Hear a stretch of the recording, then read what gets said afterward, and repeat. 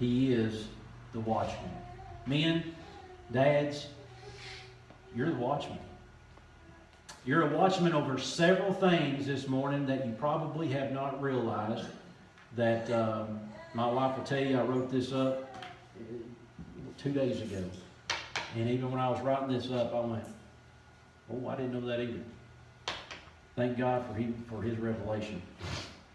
Men, you're a watchman over 5 different things. The first one, you're a watchman over your wife. First, you're a watchman over your wife. You are to love her unconditionally, faithfully, without wavering, even when she makes you grit and teeth mad. You might have to say, I love you. But say it. All right? The next one's going to be hard to swallow. He can learn from her. Amen. I tell you, I love my wife. I've learned a lot from her. Men, don't be too prideful to think you know it all. And I know you're probably going, that 39-year-old jerk. The crap does he know? I got a little experience. You can learn from your wife. You can learn. You just got to take time to learn from them. Listen to them. God speaks wisdom into them. Proverbs 31. Go read it. There's something about a good woman that honors and respects her husband to where her husband looks like a diamond out in public. Thank God for a good wife. Men, treat your wife as Christ treats you. With ultimate love and ultimate forgiveness and ultimate understanding. And that's a hard one to do too, but understand them. Because you're a watchman over her. God He has called you to watch over your wife. And then you are to give the example of love. If you want your wife to honor her, as it says in Ephesians, if you want your wife to honor you, what do you got to do first, man? You got to love her. You got to love her. If she does not feel loved or know that you love her, you're not going to get anything back from her. You definitely won't get a good hot meal. You might get something that's warmed up in the microwave within 2 minutes and 30 seconds. But we want to make sure that you're a watchman over your wife. You are to love her. You can learn from her. And you are to be an example of love. The other thing of that is that you want your sons to grow up and love their wives the way you love your wife. You want your daughters to grow up understanding, I'm not settling. I know what my dad did, and I want a man that lives up to my dad. I want a man that's going to love me like my dad loved me, and even more. Because as men, as I look at my daughter, she's young, I don't even want to think about it. She's going to get to that age, 40. Well, one day she'll marry when she's 40. But I want her to look at that guy and go, you know what? You don't go to church. We ain't going to be together. If you don't live up to my dad's expectations that he has built into me, which I know are solidly and godly, I'm sorry. I'm not going to do it. Secondly, you are the watchman, men, over your children. You are to discipline them. Even in a world today where discipline is turned to abuse, I call the bullcrap card. There is nothing wrong with a leather belt or a good switch. Sometimes that's what's needed, and I wish they'd bring spanking back into school. I got a spanking one time in school. That's all it took. Her name was Miss McCarver, and I was in the 1st grade. And me and Jeff Brown were making coyote sounds in the cafeteria. I mean, back then, that wasn't tolerated. There's a lot of things tolerated now. And she was a big woman, too. Big broom dress on. I remember to a T. That's how much it impacted me. But my dad always told me, you get a spanking at school, you get one at home, and it's going to be a lot worse. All right? Now, I will say, after Miss McCarver lifted me up off the ground a couple of times, I don't think I felt my dad's. I really don't. I'm going to tell a story, though, because my dad, if he was here, he would want to jump up and tell it. I got in trouble one time, and my parents, they did. They didn't hesitate me to, they didn't hesitate to whoop me. Now, my sister, I don't know. That's why she's probably messed up. She ain't here to finish that. But I remember I got in trouble, and I remember clearly, my mom told my dad, he's in his room. I ain't dealing with him. That is your boy. When mom disowns you in that kind of way, you royally messed up. This is how intelligent old Jeff Clark is. While I was in the bedroom, I was taking care of something. I was inventing something. So my dad comes in there, and what it was is I broke a really nice heirloomish type of thing that my mom had in the living room because I was playing baseball in the living room. I love baseball. I love baseball this day. And it wasn't with a tennis ball. It was with an actual hard ball. And those little bats that you get at the, back then I lived in Texas and it was Ranger game, those wooden bats that were that long, you're not supposed to use those as souvenirs. Bull crap. I was playing baseball in there. Long story short, Dad comes in there and says, boy, you got to get spanking. He bent me over and he took his hand. My dad got some pretty good sized hands. I wish I inherited that from him. And he reared back and he went.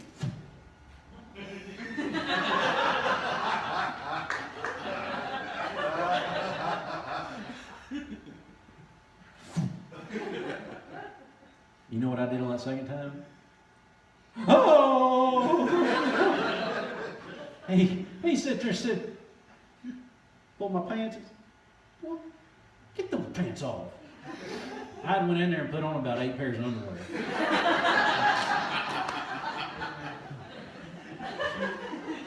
Told you, man, I invented something. I don't recommend that, okay? Then my dad laughed. And he said, how darn it, son, if you're that smart to figure that out, I ain't gonna whoop you. But you better go up front in the living room, and you better have fake tears in your eyes, and you better sit over there like I'll beat you. He was scared of Mama.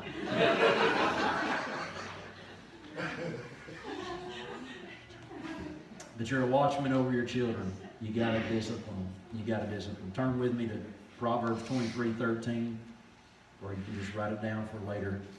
Proverbs 23:13. Do not withhold discipline from a child. If you strike him or her with a rod, belt, switch, paddle, guess what, folks? Your kids ain't going to die. They might feel like it. They might wish they could die, but they ain't going to die. They're going to appreciate it. They're going to appreciate it. If you go to Proverbs 13:24, all this is going to make sense. This is in a line here. Proverbs 13:24. It says in 23:13, do not withhold discipline from a child. Here's a warning if you do. In Proverbs 13:24 it says, whoever spares the rod hates his own son, but he who loves him is diligent to discipline him. So when you think you're doing well by not spanking your child and just giving them a little talking to, the Bible says it doesn't work that way. It says if you spare the rod, you truly hate your son, you truly hate your daughter, because you have no care in the world to set them straight. A verbal conversation to a child is going to go. Amen. You know why? Because it still goes to this day. So then jump over to Proverbs 19:18. Proverbs 19:18.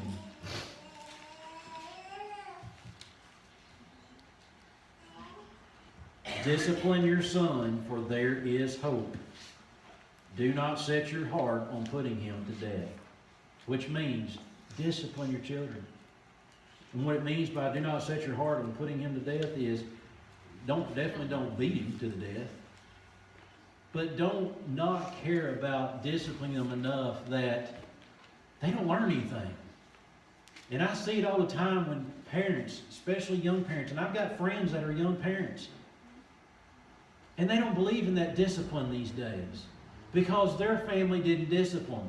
And then I look at remembering their past and go, you want them to take the route that you took then?